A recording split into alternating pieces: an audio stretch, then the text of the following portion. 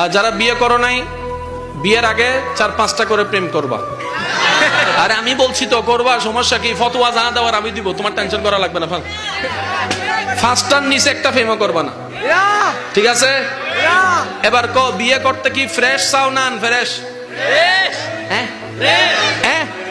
আরো জোরে কর না, ফ্রেশ চাও তো?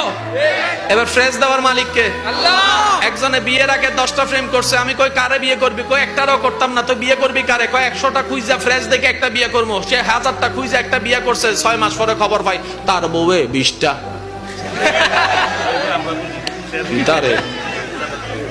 হ্যাঁ কিরে তুই 20টা? কয় আমনে মনে 10টা, এর লাগে আমি 20টা হইছি। আমি যে করছি তুই জানোস কেমনে?